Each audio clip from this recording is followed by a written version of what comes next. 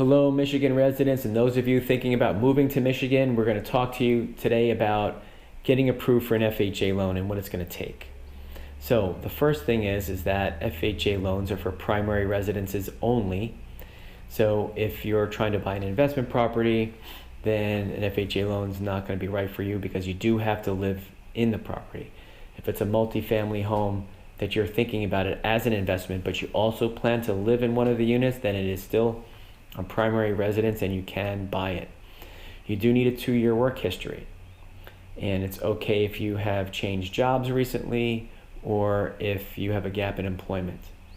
You will need to document your income for the past 2 years, and that's using W-2s and tax returns.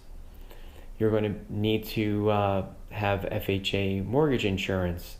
It's a mortgage insurance premium, FHA's version of PMI. That's required, okay? You can get a gift for the down payment from a relative. You can get a gift of equity from a relative if you're buying a relative's home. If you're struggling for the down payment, we do list a couple of down payment assistance programs in the state of Michigan on our webpage that I'm linking to down below. And we also have a lender that offers down payment assistance as part of their mortgage package. That's very, very helpful.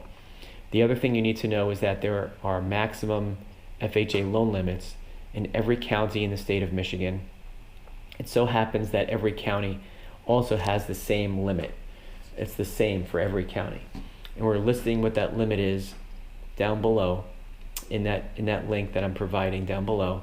We list every county what the loan limits are for a single family, a duplex, a 3-family, and a 4-family.